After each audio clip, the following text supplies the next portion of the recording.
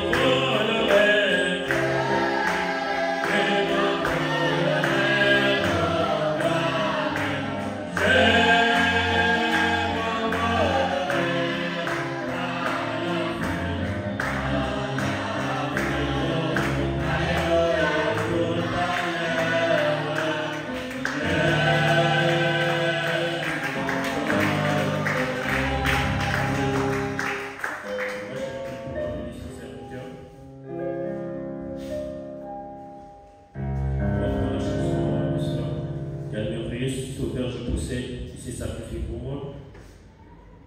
On adore ça. Quel sauveur merveilleux, je possède.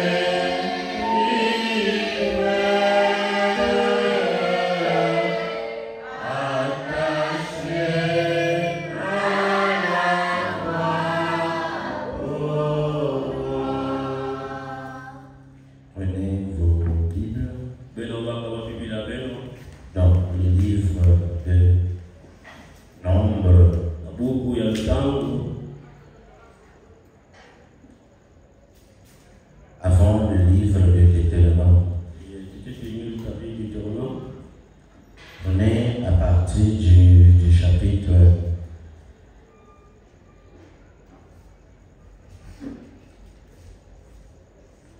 22. J'aimerais que vous fassiez la lecture du chapitre tout entier et du livre tout entier. Sera obligé de sauter certaines choses et de poursuivre juste le personnage. Les enfants d'Israël partirent et ils campèrent dans les plaines de Moab,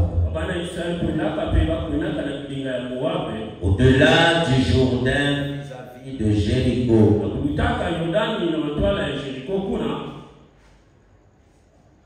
Balak, fils de Zippor, vit tout ce que Israël avait fait aux Amoréens. Et Moab fut très effrayé en face d'un peuple aussi nombreux. Il fut saisi de terreur en face des enfants d'Israël. Moab dit aux anciens de Madian, cette multitude va dévorer tout ce qui nous entoure. Comme le bœuf broute la verdure des champs. Balak, fils de Zippor, était roi de Moab. Il envoya des messagers auprès de Balaam, fils de Béor, à Pétor sur le fleuve, dans les pays des fils de son peuple,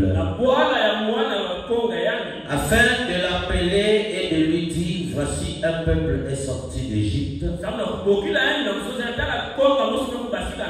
Il couvre la surface de la terre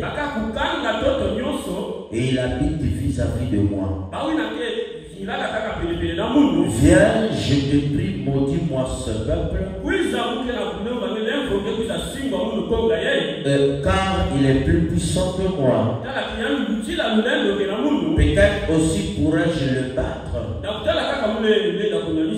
et le chasserai-je du pays, car je sais que ce que tu bénis est béni et ce que tu maudis est maudit.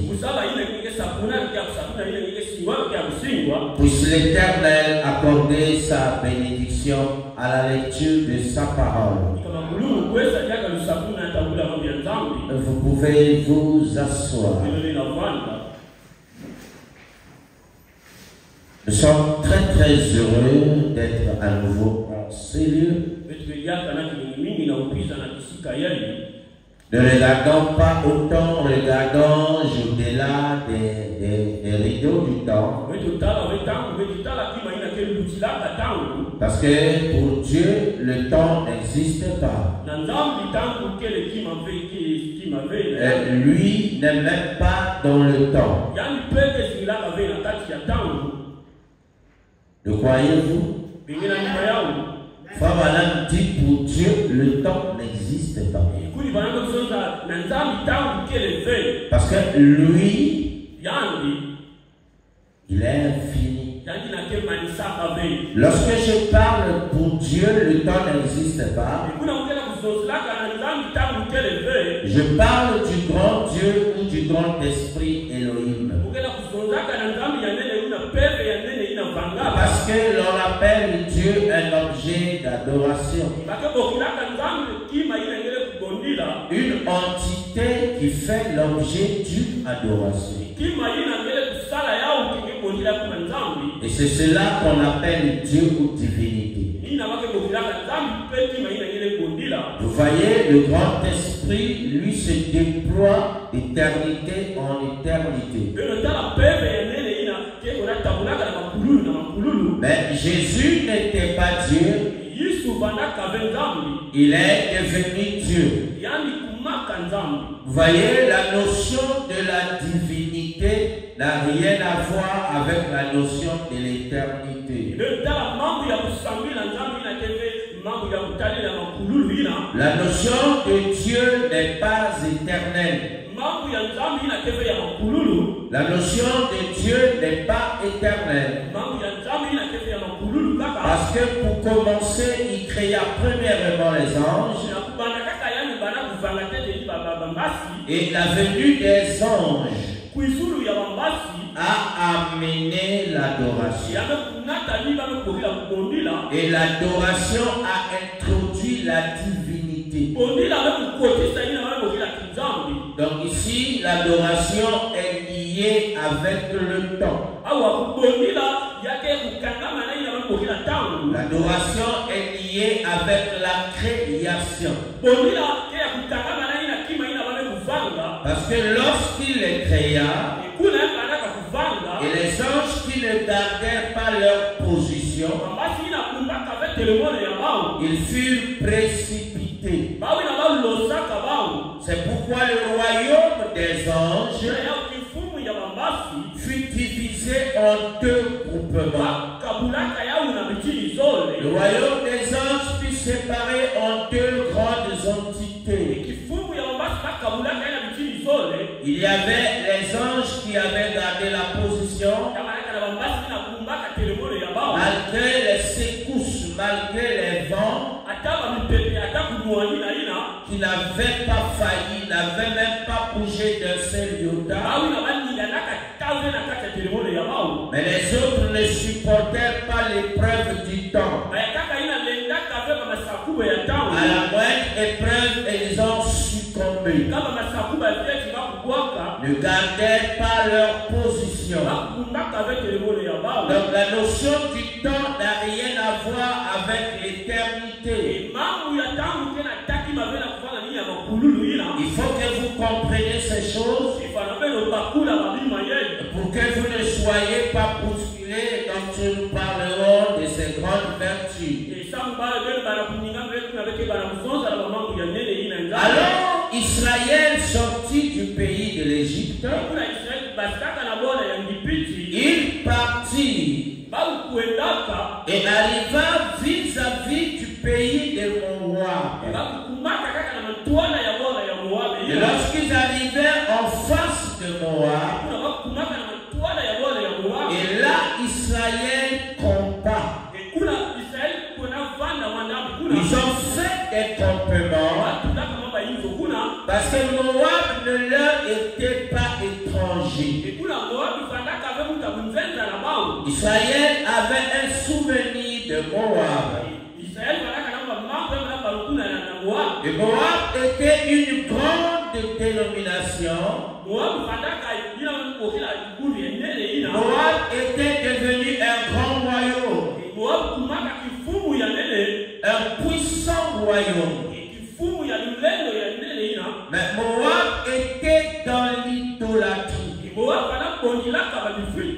Vous voyez, lorsqu'il vit Israël qui a accosté en face de lui, la première impression que Moab eut, c'était la peur. Dès qu'il fut frappé de la peur, c'en était fini pour Moab. Il avait tout perdu. Vous voyez ce que fait la peur? Tu vois seulement une personne et tu commences à être effrayé de ce que tu as entendu. À un tel, c'est impuissant. Et c'est comme cela, par des témoignages qui ne sont même pas dignes. Parce que avant mentir celui qui vient de loin. C'est pourquoi les Bakongo disent Waouna Yokela Uchigila Batukuri. C'est-à-dire, si tu mens, il faut vite passer. Tu ne peux pas demeurer longtemps dans ton mensonge. Si tu vas dans un pays, dans une contrée, et tu veux y vivre, vous voyez, tu devras être authentique ou vrai. Mais si tu commences à raconter tes mensonges, un de ces 4 matins, tous ces mensonges que tu aurais racontés te reviendront en face. Donc, à quoi mentir celui qui vient de loin?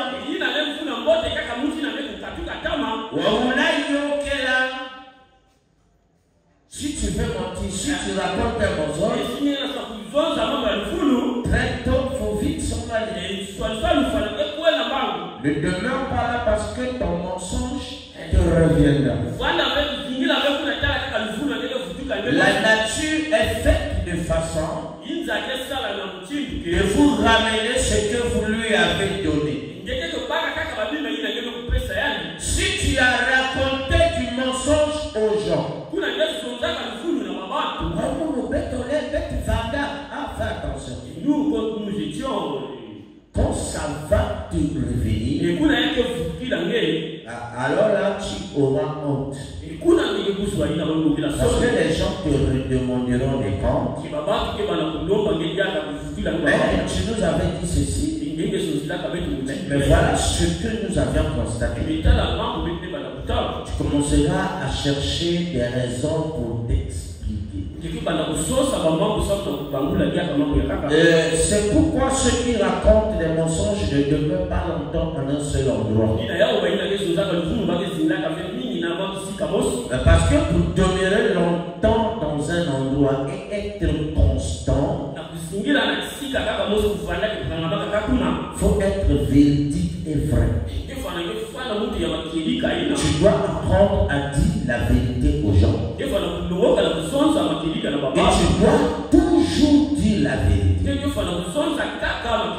Ne pas changer ton témoignage. Ne pas essayer de fabriquer. Parce que ce que tu fabriques sera mis à l'épreuve. Alors que Israël arriva en face de moi, c'est parce que Israël savait qu'ils avaient les liens de parenté. Que Israël et Moab avaient le même sang. Donc fondamentalement, ils étaient frères. Donc le sang les liait. Ils étaient parents. Donc quelle que soit la circonstance, Israël devait toujours solliciter l'aide auprès de son frère Moab. Et Moab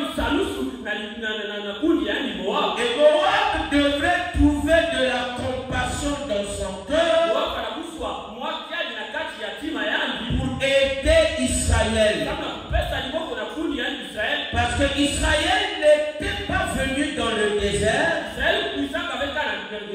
pour essayer de conquérir les territoires. Tout ce que Israël désirait est d'avoir les moyens de continuer son voyage. Son but était bien connu et précis. Il avait quitté le pays de l'Égypte pour la Palestine. Pour aller à Canaan. Dans sa destination étant connue, Israël n'était pas dans la confusion. Et il savait ce qu'il faisait. Donc tout le but de leur vie était d'avancer et de repartir là où leurs pères furent enterrés. Donc Moab n'avait pas de raison d'avoir peur. C'est là l'erreur que commettent beaucoup de gens. C'est là les erreurs que commettent beaucoup de croyants. Ils ouvrent trop des oreilles pour entendre ce que les gens disent. Ils écoutaient tellement les dires des gens. Et ça dépend de la personne qui parle. Et de l'appréciation qu'il a de la personne. Lorsque l'on parlait d'Israël, certainement ce n'était pas dans le bon sens. On parlait que c'était des gens puissants et ils étaient méchants. Ils dévorent là où ils n'ont pas sémé. Là où ils n'ont pas planté, eux ils récoltent. Ils ravissent dans les mains de l'indigent. Et celui qui n'est pas d'accord, il va mourir. Vous voyez, on présentait Israël comme un tyran dans son voyage. Et c'est ce genre de témoignage que Moab détenait. Et quand il a vu ce peuple camper en face de lui, alors Moab fut apeuré. Il a commencé à faire les tractations pour réunir les alliances et développer les stratégies. Comment il fallait affaiblir et gagner et détruire Israël. Voilà quelqu'un que vous êtes parents et il a des projets machiavéliques envers toi. Alors que toi tu ne lui fais pas du mal. C'est ça qui est un peu aberrant. Toi tu ne lui fais que du bien. Mais c'est penser sa propre peur l'a déjà amené dans un voyage. Dans ce désir pressant et absolu, c'est de te détruire. C'était le plan de Moab. Et Balak, le roi de Moab, était déjà apeuré. Il connaissait la réputation de Moab. Et il de Balaam. Que Balaam était un serviteur de Dieu. Oh, je vois que vous aimez la parole. Le temps vraiment nous manque. Mais on est obligé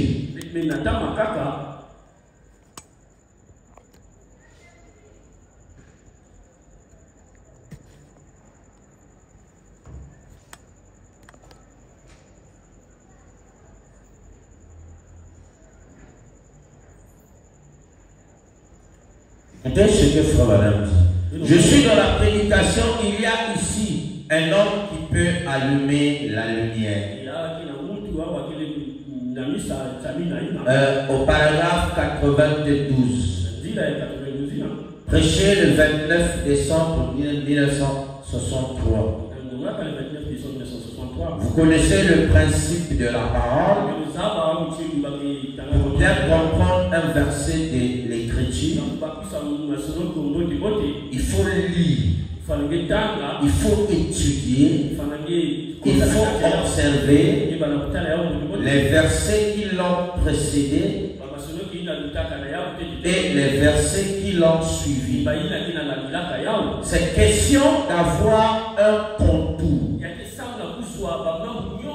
d'avoir le contour de la question.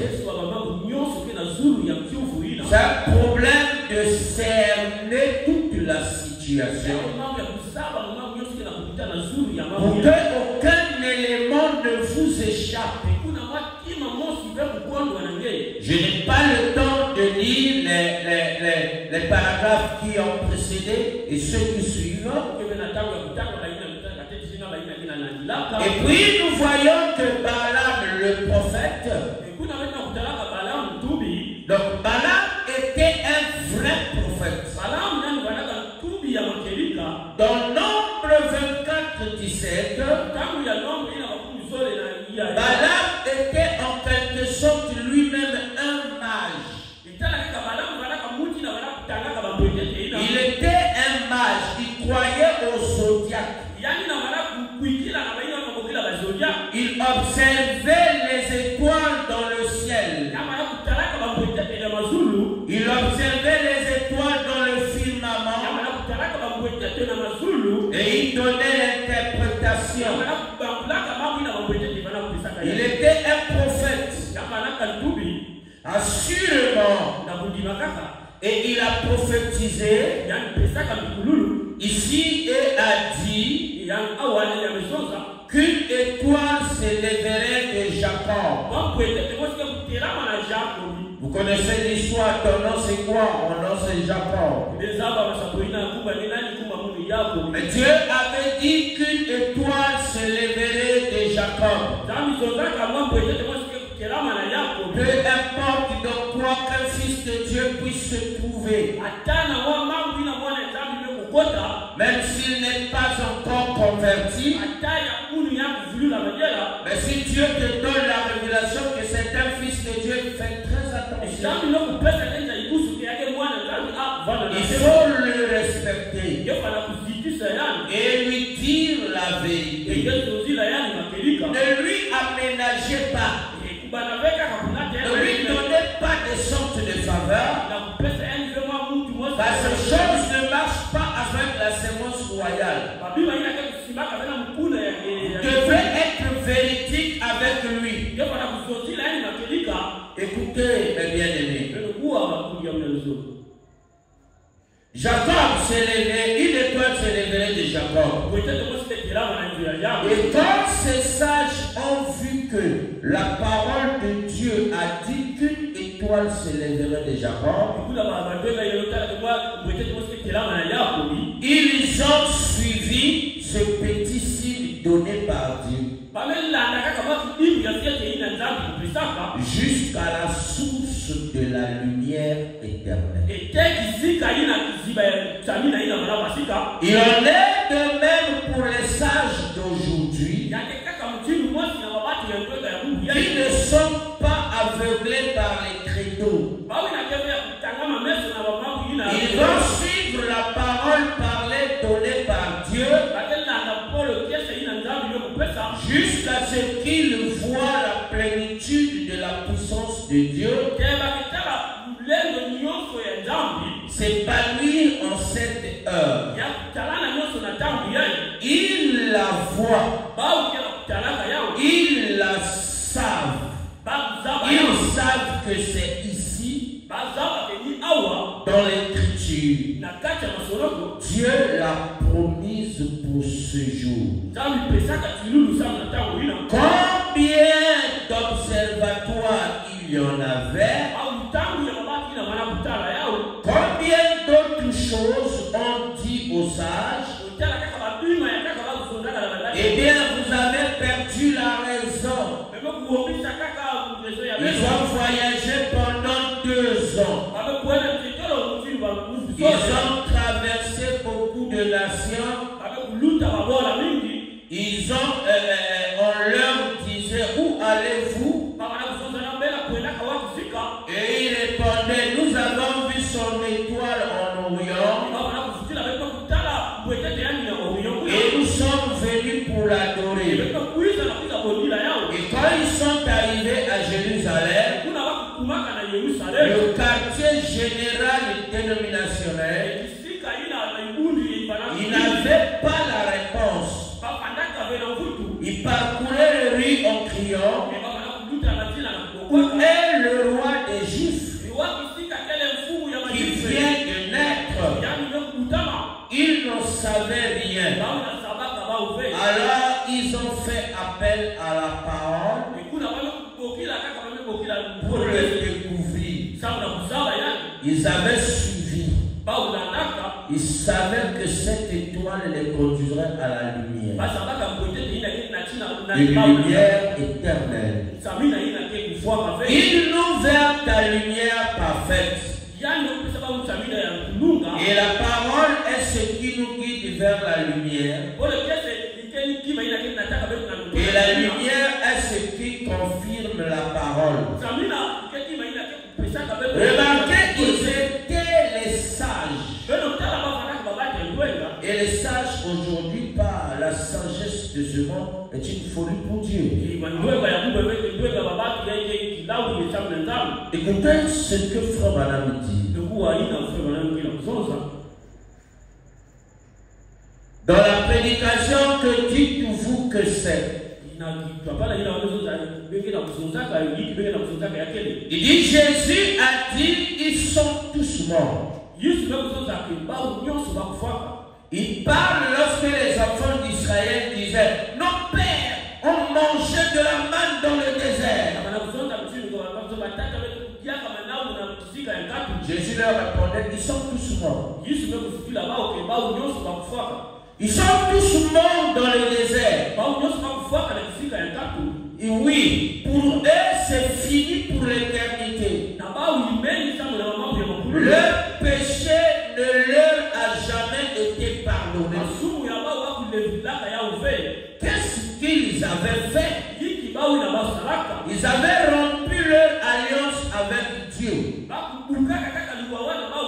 Et ils s'étaient organisés avec Balaam, le prophète mercenaire.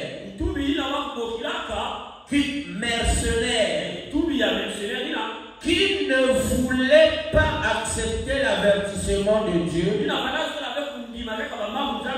qui ne voulait pas accepter la parole de Dieu, qui ne voulait rien accepter de Dieu,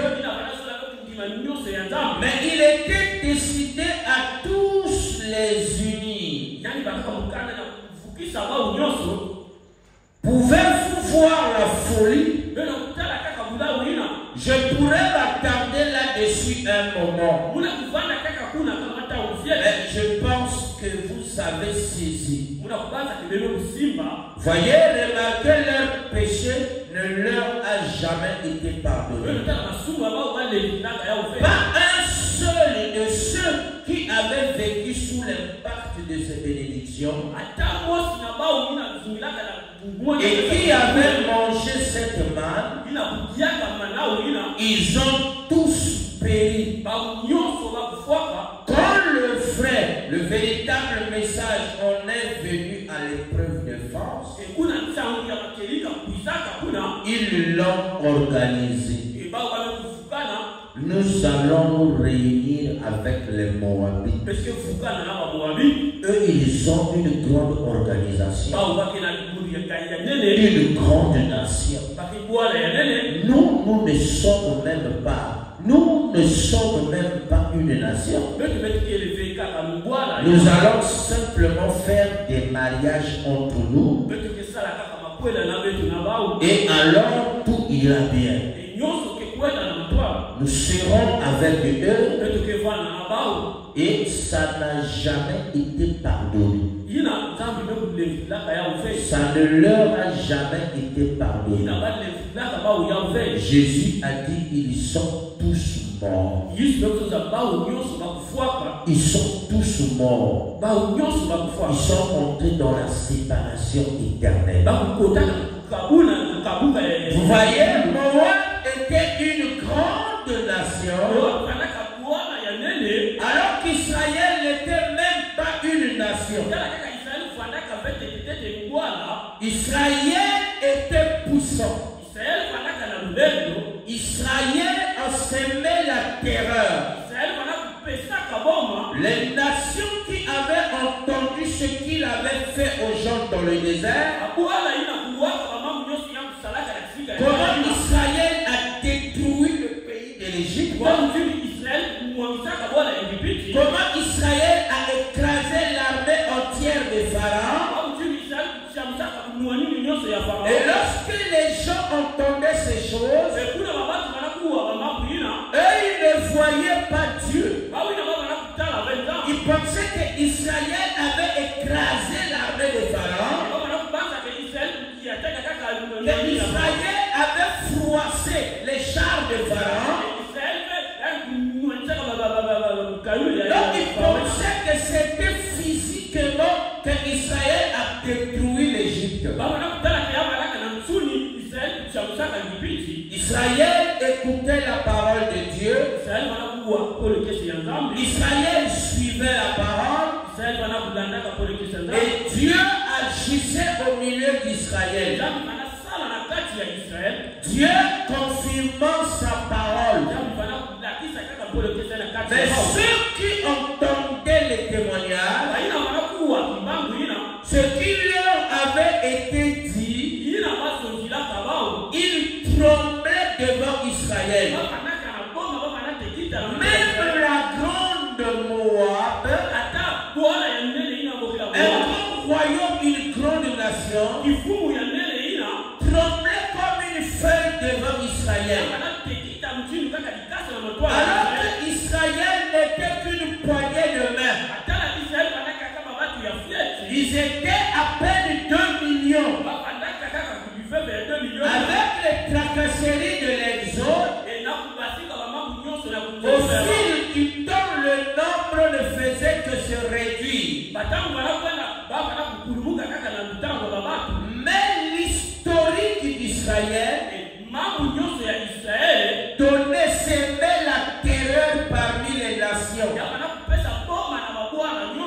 C'est ce qui a poussé le roi Balak, voyez, de rentrer dans les tractations de joindre Balaam. Afin que Balaam, qui connaissait la parole, vienne et attaque Israël. Il ne dira pas que Israël tu es mauvais, mais il savait que Moab ne doit pas se marier avec Israël. C'est là que beaucoup de gens ont failli, surtout au sujet du mariage. Lorsqu'il est dit qu'un chrétien ne doit pas se marier avec une païenne, un croyant ne doit pas se marier avec une mondaine. Il faut le dire haut et fort que ça, jamais. Que tu sois belle comme Mami Wata, que tu sois une reine du ciel ou une reine des eaux, pas question de demeurer ensemble avec un fils de Dieu. Car les mariages mis sur Dieu ne les a jamais acceptés. Les gens veulent qu'on trouve un peu de mots pour le dire. Donc on ne doit pas trouver les mots. C'est quelque chose de prohibé pour la sémence d'Abraham. C'est pourquoi la question du mariage ne doit pas être précipitée. Salomon a dit ne réveillez pas l'amour qui dort. Il dit fille de Jérusalem, prenez garde sur vous. Ne réveillez pas l'amour qui dort. Sinon il sera trop tard. Si vous réveillez l'amour dans votre cœur, la Bible dit même si l'on prend toutes les eaux des océans, si on prend toutes les eaux de toutes les mers, et que ces eaux se liguent contre l'amour, ne pourront jamais éteindre cette flamme appelée l'amour. Donc il faut que tu vois et que tu vérifies si ce que tu appelles ton chéri, c'est de rayer l'amour. Parce que l'amour ne meurt pas. Rien ne peut détruire ça. Rien ne pourra le détruire. Et ça, c'est ce que Dieu a fait pour Israël. L'amour que Jéhovah avait pour Israël, rien ne pouvait le détruire. Donc Israël n'avait pas de raison de dire oh pourquoi Jéhovah nous a abandonnés. Dieu n'abandonne jamais son peuple. Jamais il abandonnera son peuple. Un jour j'ai quitté Pointe-Noire et j'arrive à Brazza. C'était le soir.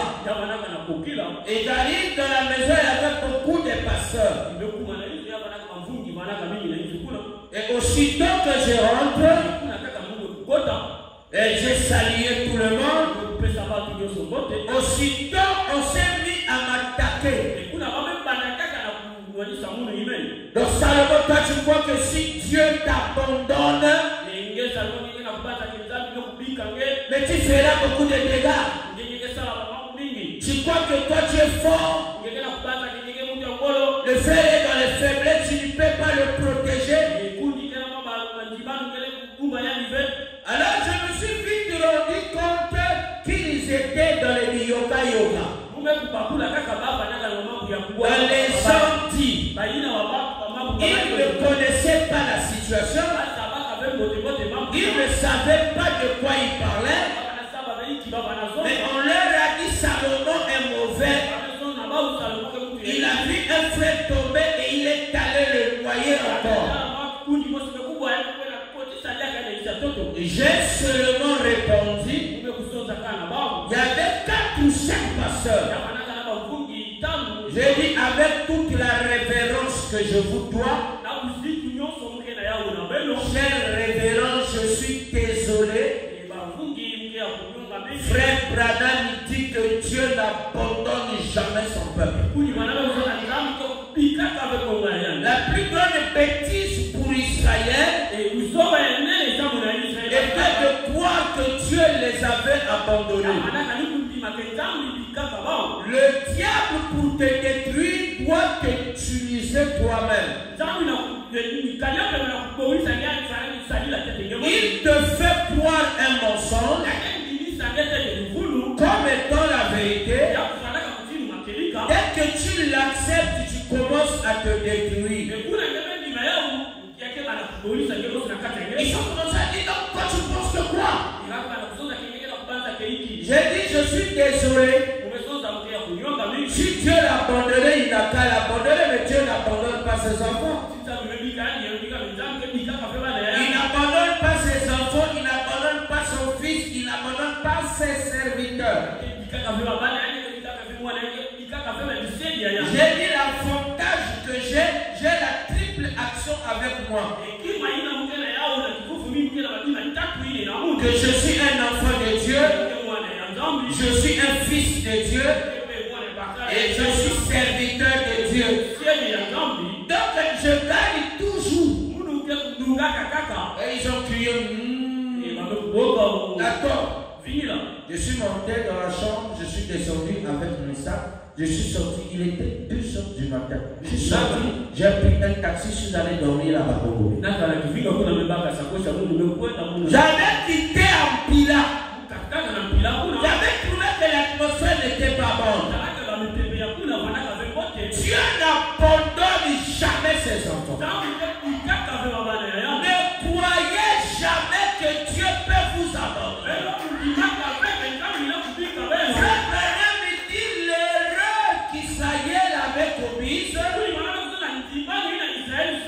Était de croire que Dieu les avait abandonnés.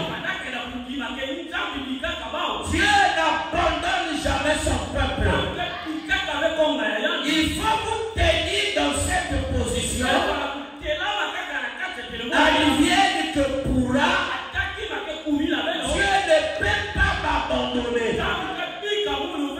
Job était arrivé sur ce point-là. Sa femme lui a dit, chérie, il n'y a que Sylvé. Sa femme lui a dit, mon chéri, ça ne va pas marcher. Les enfants sont décédés le même jour, non. Et les maisons sont parties, tout est terminé. Il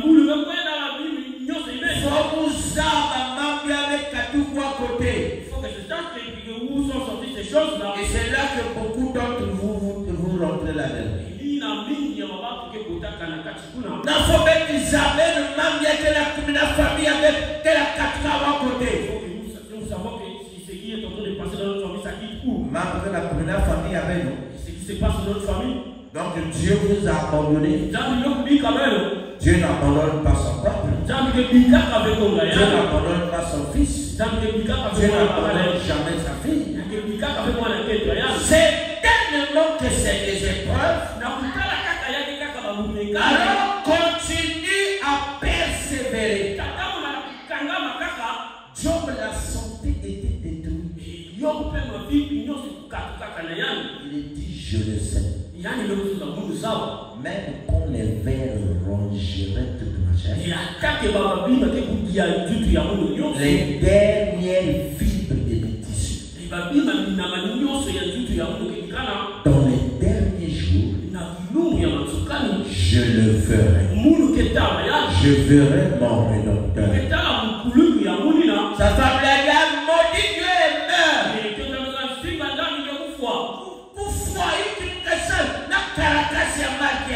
Qu'est-ce que je vais faire avec ici? C'était une bien-aimée sœur. Avec des langages pourris. Qu'est-ce que je vais faire avec cette caracasse? Autrefois, j'étais aussi devenu une carcasse. Les gens n'arrivaient plus à me toucher. Les gens n'arrivaient plus à me regarder. Parce que pour eux, c'était fini. Je sais sur quoi je m'étais. Ce Dieu-là n'échoue pas. Ce Dieu-là n'échoue pas.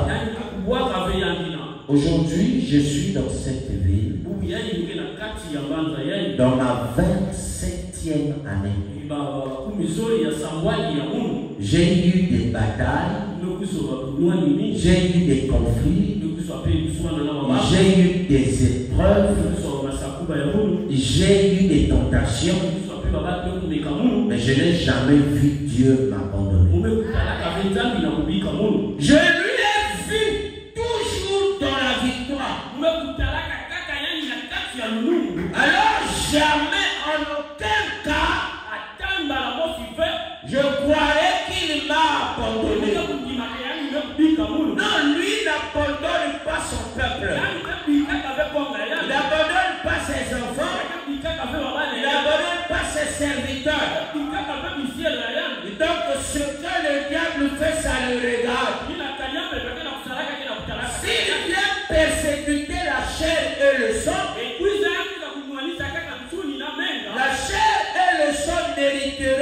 le royaume de Dieu. Si la maladie vient détruire celui-ci, et que Dieu pense que c'est par la maladie que je dois rentrer, alors que la maladie est la victoire sur ce corps. Quand tu es poussière, tu retourneras à la poussière. Mais Dieu veut que vous ayez la victoire et que vous gardez la foi. Peu importe ce qui arrive, peu importe ce qui se présente à vous,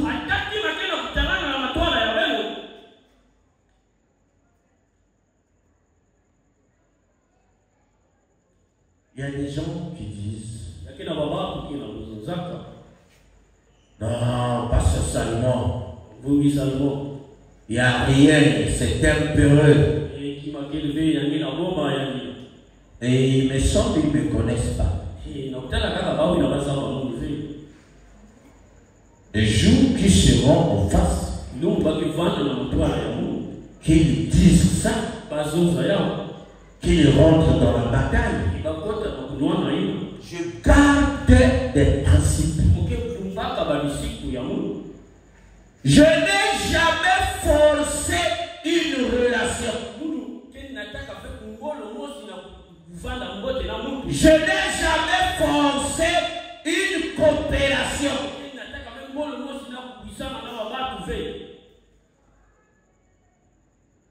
Depuis que je suis passé à côté de la mort,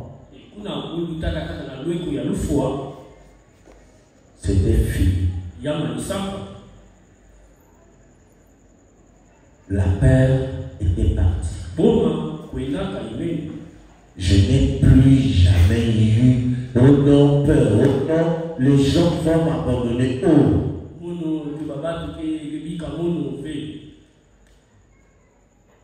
Pasteur, je vais te dire toto kakwa. Aïe aïe aïe, toto kakwa. Je vais te dire, c'est vraiment, c'est gloire à Dieu. Ça, c'est comme ça que j'ai fait. Pasteur, Dieu m'a dit de partir. Que Dieu te bénisse. Est-ce que j'ai pris pour toi? Sans hypocrisie. Dieu Tout-Puissant, bénis ton serviteur ici présent. Alors conduis-les dans les corridors, dans les montagnes et dans les collines des éternels. Laisse que le Dieu de son Père. Je vais te remettre entre ce Dieu-là. Parce que j'aurais compris que tu fais pour toi être libre. Tu ne veux pas que quelqu'un soit sur toi. C'est une bonne position. C'est une position noble. Nous avions souffert de ça. Mais parfois les intentions de ceux qui régnaient n'étaient pas bonnes.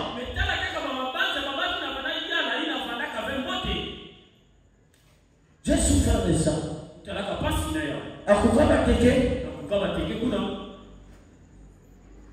J'ai rencontré des gens que nous étions à l'université. J'ai rencontré des gens qui m'exhortaient.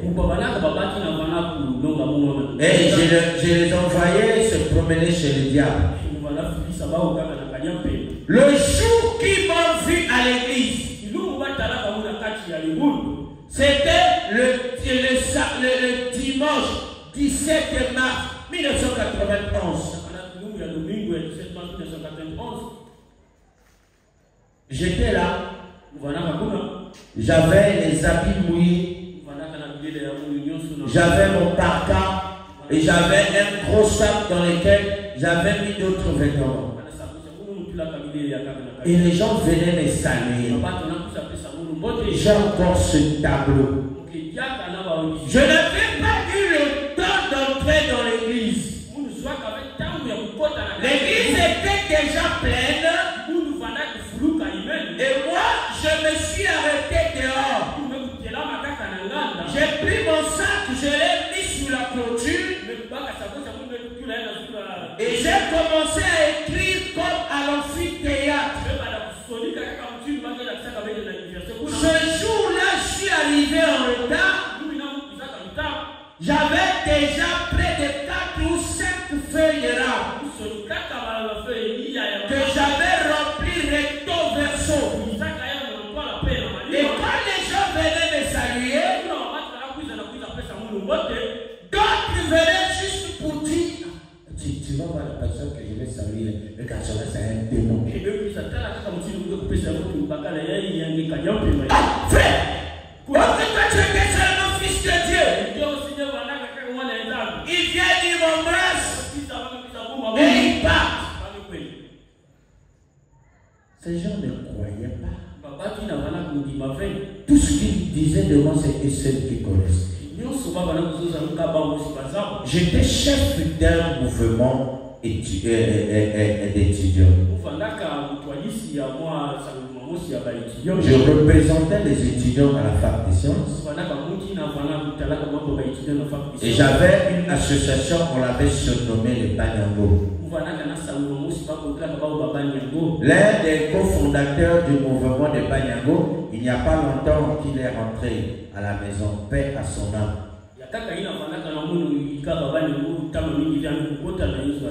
Monsieur Solano Macranton.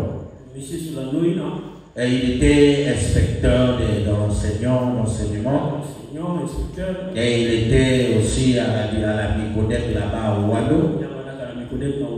Et il a mis tout ce temps à Ouado. Du début jusqu'à la fin, il est resté à Ouado. Et je n'avais peur de personne. Et la fac m'avait outillé. Et quand je viens en fac, à l'église, je trouve ça. Et je trouve que les gens n'étaient pas courageux. Que les frères avaient peur de dire ce qu'ils pensaient. Et moi, trouvant que non. Mais ici, au moins, c'est bien, il y a la parole. Il y a une situation qu'on débat, il faut débattre. Chacun doit dire son point de vue. Et l'autre n'est pas obligé aussi de l'accepter. Mais chacun chez soi prendra conscience et retiendra ce qui est bien. Et c'est dans cet état d'esprit que j'écris la parole. Donc pour moi, que tu sois prédicateur, que tu sois qui, bon, ça ne me regardait pas. Je te respecte, tu es frère, mais tu n'as pas à m'imposer. J'avais horreur des ordres. Ah, ça, c'est vraiment. Si c'est un péché, pour moi, c'est un péché mignon. Ça, c'est une chose que je n'ai jamais aimée. Que quelqu'un vienne me donner des ordres. Mais dans la parole, j'ai appris qu'on disait frère Banamani, amen. J'ai appris à obéir, à respecter les anciens. Alors c'était les gens de la même génération. Je trouvais qu'ils étaient spectaculaires d'avoir réuni assez de courage et pour conduire les gens. Mais au c'était la fourberie. J'arrive à l'époque, au moment où Kukamateke est en train de bouger,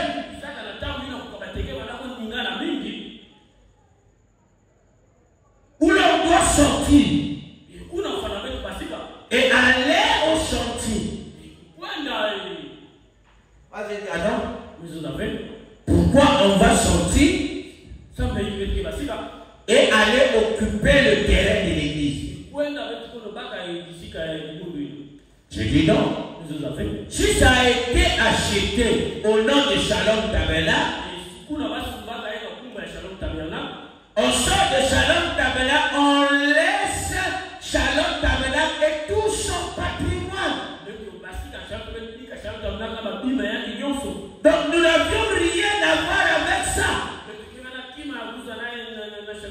Quand vous discutez comme ça, il y avait ce qu'on appelait la sécurité d'État.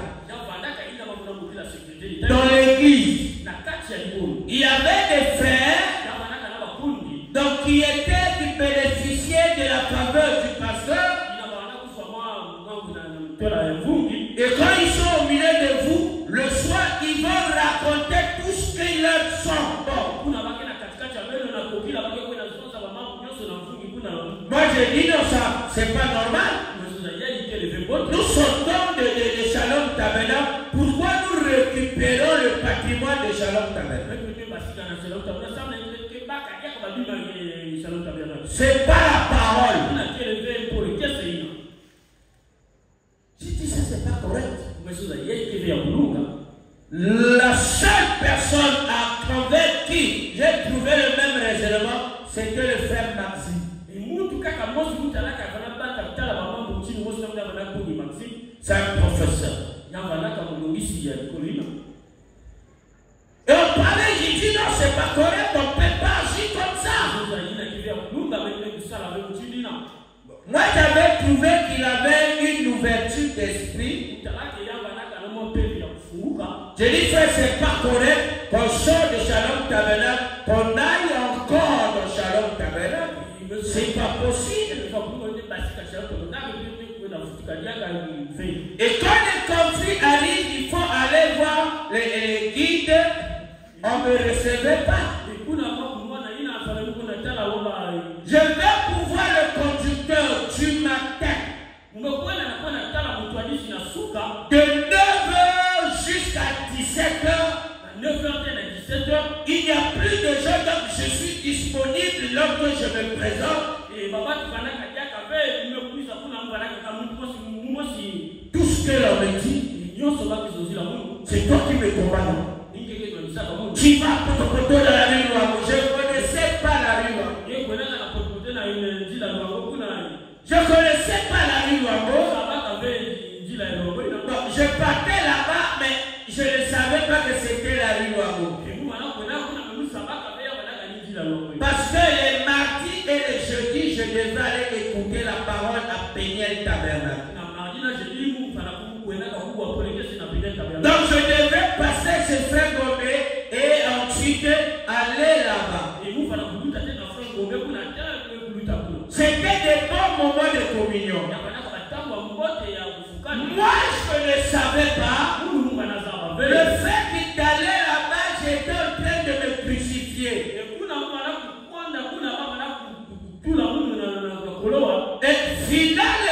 très tôt, j'ai toujours été mal compris. Et les gens disaient des choses qui ne sont pas vraies de moi. Et eux seuls sont responsables de ça. Ils sont seuls responsables de ça. Jusqu'à aujourd'hui, plus de 30 ans, la majorité des gens que je rencontre agissent toujours comme ça. Je dis, mais qu'est-ce qui se passe? J'ai eu un défaut de discuter clairement et de dire non si je ne suis pas d'accord. Je suis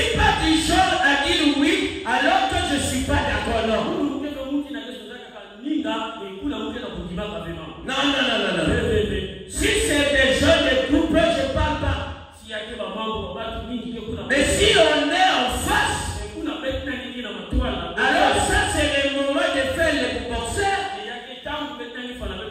Je dis ça passe pas, ça passe pas, ça passe pas. C'est pas correct. Ça a été toujours la manière que j'ai toujours agi. Et ceux qui parlent aujourd'hui, ils parlent par la fenêtre, par le derrière. Non, je n'ai jamais agi par le derrière. Quand je ne suis pas d'accord, je dis je ne suis pas d'accord. Je ne peux pas dire oui et que je me retourne. Quand je suis là, je dis non. Je n'ai jamais fait ça. Depuis l'école, jusqu'à l'université, jusqu'à l'église, je n'ai jamais fait ça. Quand je ne suis pas d'accord, je te dis je ne suis pas d'accord. Depuis le collège, Monsieur Mikala, directeur du CG Angola Libre. Nous sommes aux années 78 jusqu'à 80-82. Quand ça n'allait pas, je dis je ne suis pas d'accord avec toi. Il dit c'est ce que j'ai dit moi, je dis je ne suis pas d'accord. Je lui dis je ne suis pas d'accord. Ensuite je me tourne, je m'en vais. J'arrive à Raphaël Mobutu. C'est la même chose. J'arrive à Libération. Paix à son âme, je ne sais pas s'il est encore vivant. Puisqu'il est roulou. Je lui disais, mais monsieur, si je fume, est-ce que ça vous dérange quoi? C'est ma santé qui va être ruinée. Vous n'aurez pas de dépenses à faire. Je ne suis pas une charge pour vous, monsieur. C'est moi qui fume, ce n'est pas toi. Il n'a jamais aimé ça. Il m'a chassé de l'école. Je suis reparti, je lui ai dit, je dois revenir. Il m'a fait nettoyer tout le lycée de la Libération. J'ai appris à dire non. J'étais tout petit, tout gringalé, devant les molosses, comme le professeur Miayuku, plusieurs fois champion de pétanque de ce pays. Quand je ne suis pas d'accord, je dis monsieur, je ne suis pas d'accord. Tu veux me faire accepter que l'homme provient du singe? Scientifiquement, ce n'est pas possible. Même les génies scientifiques n'ont pas pu produire ça. Pourquoi un singe ne donne pas par hasard là un homme? Avez-vous vu des femmes au CHU accoucher des singes? Je lui ai dit arrêtez ces bobards. Darwin a dû prendre les chichas là et il était fou. Je ne suis pas allé parler de ça en dehors. C'était en face. Gringalé, un molosse, j'ai dit monsieur, c'est pas possible. Le raisonnement que tu tiens n'est pas scientifique. Il y a qu'un tas de papier va donner une souris. Par quelle magie? J'ai dit arrêtez ça, nous sommes dans un domaine scientifique. Le professeur allait devenir fou. Tous les amis étaient devenus malades. Il s'est levé, il a dit le cours est considéré comme vu. Je dis, il n'y a pas de problème, le cours est considéré comme vu. Personne ne mourra. Il y a les livres, il y a les polycopes en Mali. Mais curieusement, les gens qui ont pris ce message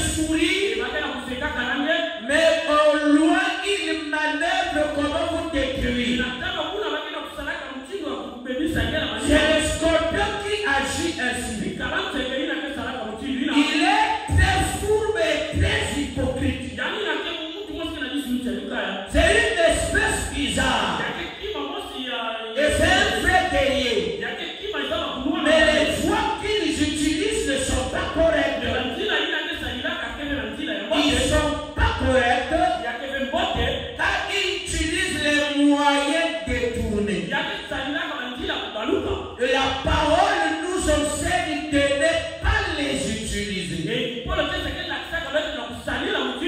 as un problème avec ton frère.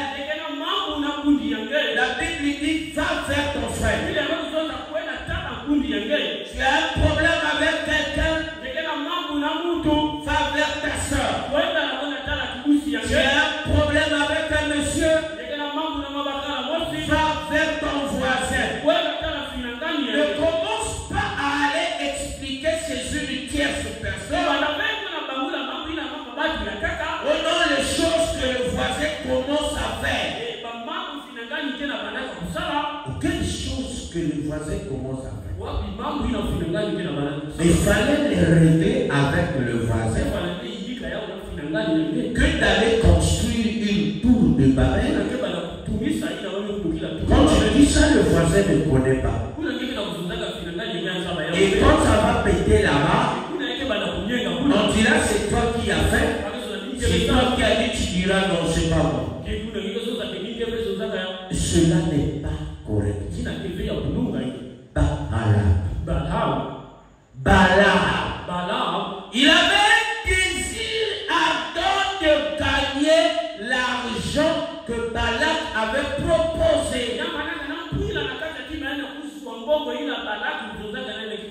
Balak avait dit, je ferai de toi l'homme le plus important de tout l'Orient. Tu te promèneras dans les rues, les avenues, les villes de l'Orient. Et tous les fils de l'Orient s'inclineront devant toi.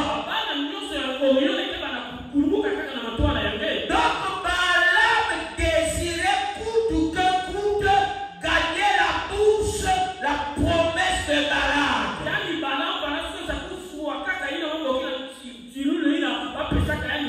Dans le but primordial était de détruire la réputation d'Israël.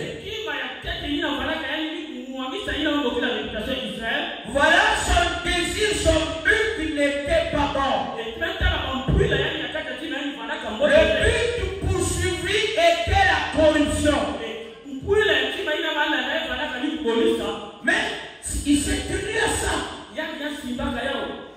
Écoutez ce que le messager dit. Notre précieux frère. Oh, le temps est avancé.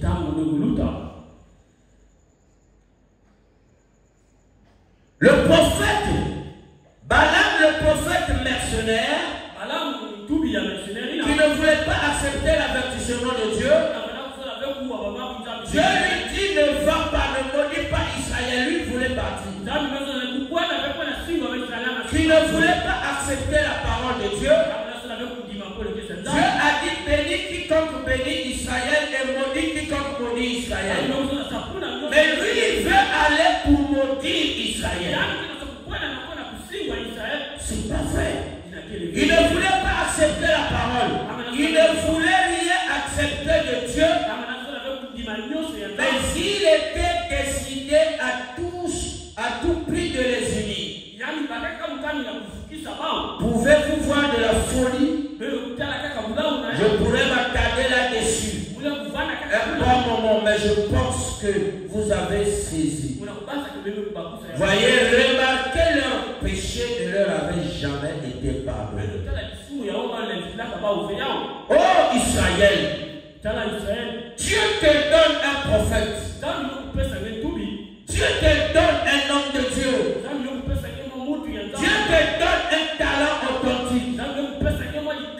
Voilà à cause des histoires. Je commence à aller jeter la parole. Ah, nous avait trompé quoi? Oh, le mariage mixte là aussi c'était la parole. Non, maintenant, frère, la polygamie c'est bon. Mais maintenant,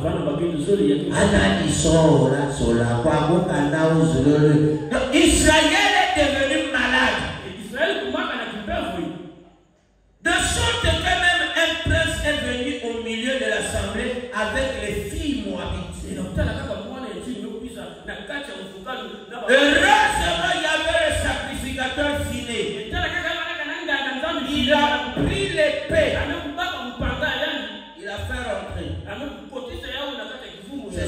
de l'autre côté, il a effondré les villes. Il a même passé dans le livre. Il a effondré le prince d'Israël.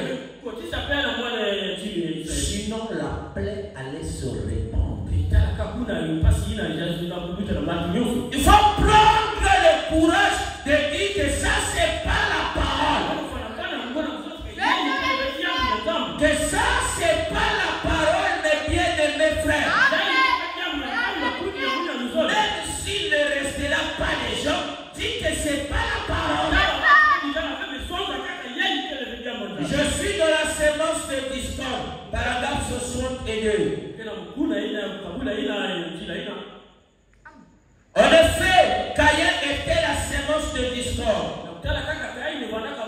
Et Caïn avait tué Abel. Même chose pour Balaam, le prophète mercenaire. Un homme qui aurait dû avoir plus de bon sens. Dieu l'a mis en garde par des signes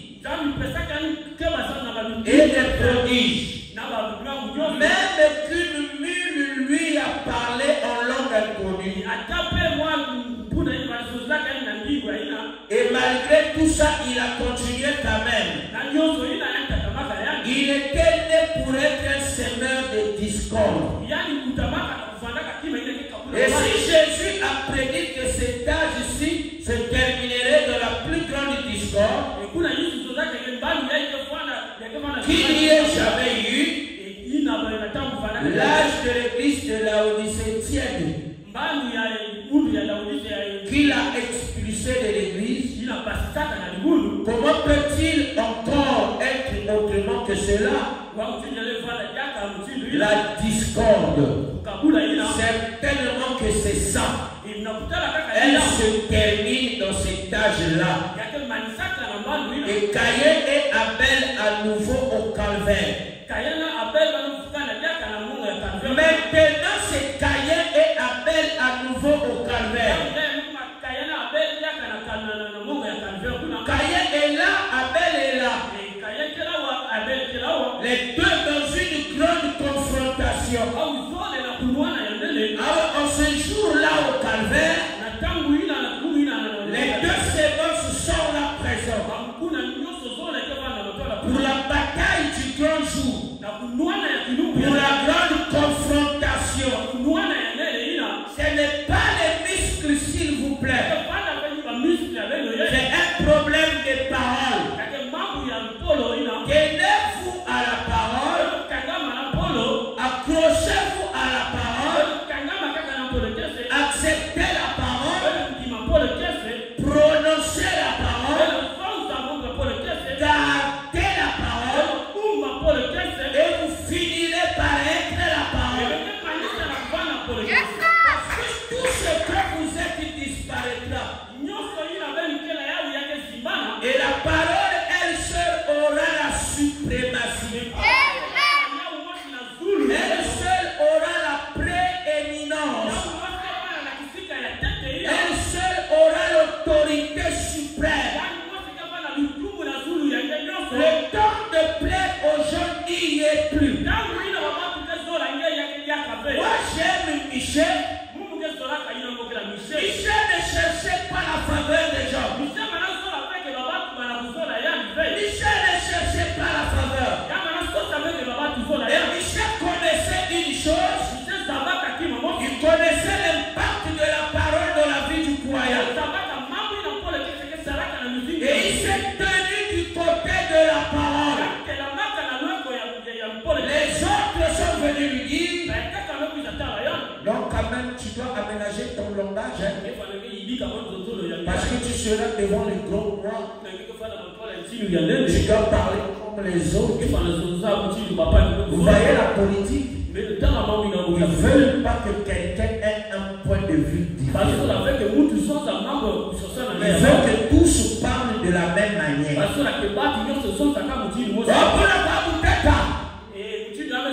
Comme a dit le camarade tel, moi aussi j'ai dit. Non, tout le monde ne peut pas parler de la même manière. Même si on est d'accord, laissez explique. Oui, nous sommes d'accord, je suis d'accord. Mais regarde ce que je veux. Que nous puissions nous développer dans ce sens ici. Laissez-lui s'exprimer. Ce n'est pas un autre aussi arrêté. Les autres ont déjà parlé. Les autres lesquels on est encore là. Le chemin continue. La bataille fait rage. Plusieurs succomberont. Ah oui, plusieurs. Les méchants continueront à faire du mal,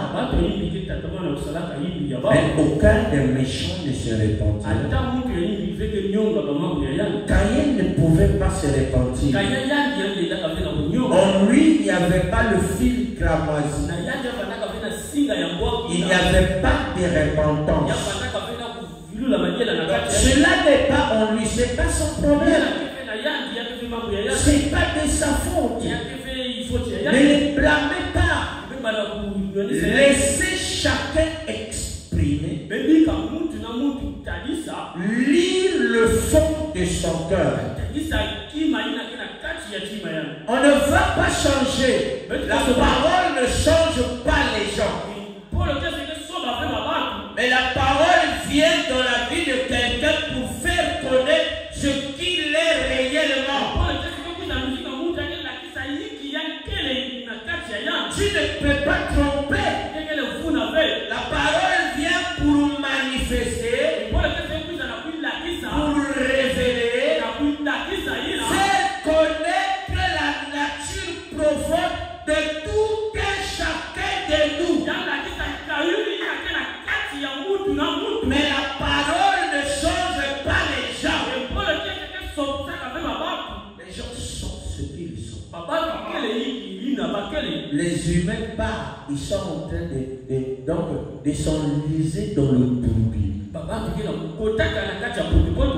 Comme les chats allemands.